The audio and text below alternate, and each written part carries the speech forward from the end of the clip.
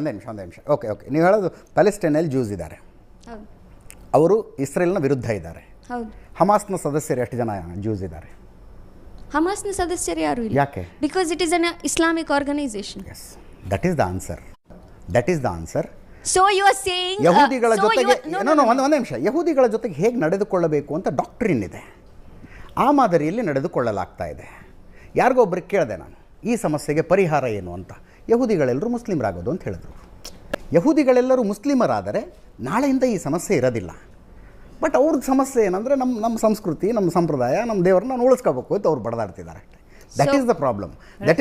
ಏನಂದ್ರೆ ನೋಡಿ, ನೀವೇನು ಹೇಳ್ತಾ ಇದ್ದೀರಾ, ಮುಸ್ಲಿಮ್ಸ್ ಆರ್ಗನೈಸೇಷನ್ ಯಾವುದಿದೆ ಟೆರರಿಸಮ್. ಯಾವುದಾದ್ರು ಮುಸ್ಲಿಂ ದೇಶ ಅವರು ಉಳಿಸ್ಕೊಳ್ಳೋಕ್ಕೋಸ್ಕರ, ಅವ್ರ ದೇಶ ಉಳಿಸ್ಕೊಳ್ಳೋಕ್ಕೋಸ್ಕರ ಯುದ್ಧ ಮಾಡುತ್ತಾರೆ ಅಂದ್ರೆ ಟೆರರಿಸ್ಟು. ನಾನು ಕಣ್ಣೆದ್ರಿಗೆ ಶೂಟ್ ಮಾಡಿ ಸಾಯಿಸ್ಬಿಡ್ತೀನಿ. ಇರಿಟೇಷನ್ ಕಟ್ರಿ ತರದು. ಆ ಥರ ಏನಾರು ಇದೆಯಾ? ಇಸ್ಲಾಮಿಕ್ ಆರ್ಗನೈಸೇಷನ್ ಯಾವ್ದಾರು ಇದ್ರೆ ಅದು ಟೆರರಿಸ್ಟಾ? ಕ್ವೆಶ್ಚನ್. ಎಸ್, ಖಂಡಿತವಾಗಿಯೂ ಅಲ್ಲ. ಯಾರು ಇಸ್ಲಾಂನ ಹೆಸರಲ್ಲಿ ವೆಪನ್ ಇಟ್ಕೊಂಡಿದ್ದಾರಲ್ಲ, ಇಸ್ಲಾಂನ ಹೆಸರಲ್ಲಿ ವೆಪನ್ ಇಟ್ಕೊಂಡು ನಾನ್ ಅಡ್ಮಿನಿಸ್ಟ್ರೇಟಿವ್ ಅಥಾರಿಟಿಯಾಗಿ ಅಮಾಯಕರ ಕಗ್ಗೊಲೆ ಮಾಡಿದಾಗ ಅದನ್ನ ಇಸ್ಲಾಮಿಕ್ ಟೆರರಿಸಮ್ ಅಂತ ಕರಿತೀವಿ ನಾವು. That is Islamic terrorism. ಅದರ ಬಗ್ಗೆ ನೋ ಡೌಟ್. ಹಾಗೆ ಬೇರೆ ಬೇರೆ ಮಾದರಿಯ ಟೆರರಿಸ್ಟ್ ಇದ್ದಾರೆ. ಈಗ LTTE ಅವ್ರನ್ನ ತಮಿಳು ಉಗ್ರರು ಅಂತ ಕರಿತೀವಿ. ತಮಿಳು ಉಗ್ರರು ಅಂತ ಕರಿತೀವಿ. ಟೆರರಿಸ್ಟ್. ಓಕೆ, ಒಂದು ನಿಮಿಷ.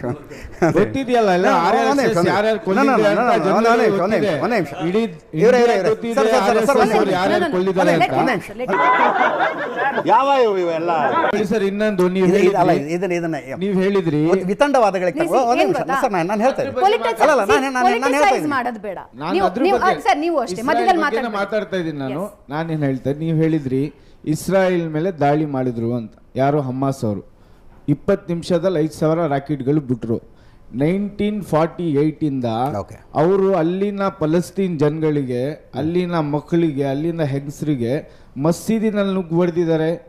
ಅದೆಲ್ಲ ಎಷ್ಟೋ ಸಾವಿರಾರು ಮಕ್ಕಳುಗಳಿಗೆ ಕೊಲ್ಲಿದ್ದಾರೆ, ಎಷ್ಟು ಯುವಕರಿಗೆ ಕೊಲ್ಲಿದ್ದಾರೆ, ಎಷ್ಟು ಅಮಾಯಕರಿಗೆ ಕೊಲ್ಲಿದ್ದಾರೆ. ಅದಕ್ಕೆ ಮಾತಾಡೋಕ್ಕೆ ಯಾರಿಗೂ ಶಕ್ತಿ ಇಲ್ವಾ? ಯಾಕೆ ಅದ್ರ ಬಗ್ಗೆ ಮಾತಾಡೋದಿಲ್ಲ?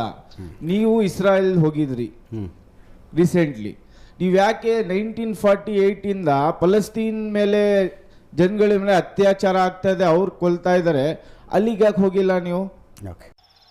ಯಾವ ಕನ್ನಡನ ಇದು? ಯಾವ ಕನ್ನಡನೋ ಗೊತ್ತಿಲ್ಲ, ನಮ್ ಕಡೆ ಅಂತೂ ಕೆಟ್ಟದಾಗ ಸೌಂಡ್ ಆಗುತ್ತೆ. ನಮ್ ದೇಶದಲ್ಲಿ ಕೇಳ್ಕೊಳ್ಳಿ, ನಮ್ ದೇಶದಲ್ಲಿ ಮಣಿಪುರ್ನಲ್ಲಿ ನಮ್ ಜನಗಳಿಗೆ ಹೊಡೆದ್ರು, ಅಲ್ಲಿ ಯಾಕೆ ನೀವು ಹೋಗಿಲ್ಲ? ನಮ್ ದೇಶದ ಬಿಟ್ಬಿಟ್ಟು ನೀವು ಇಸ್ರಾಯೇಲ್ ಹೋಗಿದ್ದೀರಾ. ಮಣಿಪುರ್ನಲ್ಲಿ ನಮ್ ಹುಡುಗಿರಿಗೆ ಹೆಂಗೆ ರಸ್ತೆನಲ್ಲಿ ತಿರುಗಿಸಿದ್ರು ಅಂತ ಗೊತ್ತಿದೆ ಎಲ್ಲ ದೇಶಕ್ಕೆ. ನೀವೆಲ್ಲ ಯಾಕೆ ಹೋಗಿಲ್ಲ? ಅಲ್ಲಿ ಹೋಗ್ಬೇಕಿತ್ತ? ನಮ್ ದೇಶ ನಮ್ ಫಸ್ಟ್ ಇಂಪಾರ್ಟೆಂಟ್. ಈ ಪ್ರಶ್ನೆ ಎಲ್ಲರೂ ಕೇಳ್ತಾ ಇದ್ದಾರೆ. ಮಣಿಪುರಕ್ಕೆ ಹೋದ್ರಿ, ಒಂದೇ ನಿಮಿಷ, ಅವ್ರು ಮೂರು ಬೇರೆ ಬೇರೆ ಪ್ರಶ್ನೆ. ಮಣಿಪುರಕ್ಕೆ ಹೋಗ್ಲಿಲ್ಲ, ಇಸ್ರೇಲ್ಗೆ ಯಾಕೆ ಹೋದ್ರಿ? ಮಣಿಪುರ ಯಾಕೆ? ರಾಜಸ್ಥಾನದಲ್ಲಿ ಅಪ್ರಾಪ್ತ ಬಾಲಕಿಯೊಬ್ಬಳನ್ನು ಗ್ಯಾಂಗ್ ರೇಪ್ ಮಾಡಿ ಇಟ್ಟಿಗೆ ಭಟ್ಟಿಗೆ ಹಾಕಿ ಸುಡಲಾಯಿತು. ರಾಜಸ್ಥಾನಕ್ಕೆ ಯಾಕೆ ಹೋಗಲಿಲ್ಲ ಅನ್ನೋ ಪ್ರಶ್ನೆ ನೀವು ಕೇಳೋದಿಲ್ಲ. ನಮಗೆಲ್ಲ ಗೊತ್ತಾಗೋಯ್ತು. Manipur comes to you. ಪ್ರತಿಯೊಬ್ಬರಿಗೂ ಸಬ್ಜೆಕ್ಟ್ ಆಫ್ ಇಂಟ್ರೆಸ್ಟ್ ಅನ್ನೋದೊಂದು ಇರುತ್ತೆ. Israel is subject of my interest. India subject interest. ಒಂದು ನಿಮಿಷ. Israel subject of my interest, ಅದರ ಬಗ್ಗೆ ನೋ ಡೌಟ್. ನಾನು ಇಸ್ರೇಲ್ಗೆ ಹೋಗೋ ಸ್ವಲ್ಪ ದಿವಸ ಮುಂಚೆ ನನ್ನ ಆಫೀಸ್ಗೆ ಒಬ್ಬರು ಬಂದಿದ್ದರು. ಅವ್ರಿಗೆ ಹೇಳೋದು, ನಿಮಗೆ ಪ್ರಯಾರಿಟಿ ಅನ್ನೋದೇ ಇಲ್ಲ ಮಾಧ್ಯಮದವ್ರಿಗೆ. ಏನನ್ನು ಮಾತಾಡಬೇಕು, ಏನು ಮಾತಾಡ್ತಿದ್ದೀರಿ ನೀವು? ಜಗತ್ತಿಗೆ ಅರ್ಜೆಂಟಾಗಿ ನೀಡಾಗಬೇಕಾಗಿರೋದೇನು? ತುಂಬ ಹೊತ್ತು ಬೈದರು ಅವ್ರನ್ನ. ನಾನು ಕೇಳಿದೆ, ಏನು ವಿಷಯ ಮಾತಾಡ್ಬೇಕು ಹೇಳಿ ನಾವು ಅಂತ. ಅವ್ರು ಹೇಳೋದು, ಜೇನುನೊಣಗಳ ಸಂತತಿ ನಾಶ ಆಗ್ತಾ ಇದೆ, ಕ್ರಿಮಿನಾಶಕ ಬಳಕೆಯಿಂದ ಜೇನುನೊಣಗಳ ಸಂತತಿ ನಾಶ ಆಗ್ತಾ ಇದೆ. ಈ ಜಗತ್ತಿನಲ್ಲಿ ಮನುಷ್ಯರೆಲ್ಲರೂ ಸತ್ತು ಹೋದರೆ ಜಗತ್ತು ತುಂಬ ಸುಂದರ ಆಗುತ್ತೆ. ಬಟ್ ಜೇನುನೊಣಗಳ ಸತ್ತು ಹೋದರೆ 2 ವರ್ಷದ ನಂತರ ಜಗತ್ತೇ ಇರೋದಿಲ್ಲ. ಪರಾಗಸ್ಪರ್ಶ ಆದರೆ ತುಂಬ ಸೈಂಟಿಫಿಕಾಗಿ ಎಕ್ಸ್ಪ್ಲೇನ್ ಮಾಡಿದ್ರು ಅವರು. ಇನ್ನೂ ದೊಡ್ಡ ಸತ್ಯ ಅಲ್ವಾ ಅದು?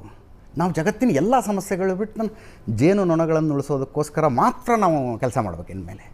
ನಿಜ ಅಲ್ವಾ ಅದು? Is it not true? Manipur ಯಾಕ್ರಿ, ಇಸ್ರೇಲ್ ಯಾಕ್ರಿ, ರಾಜಸ್ಥಾನ ಯಾಕ್ರಿ?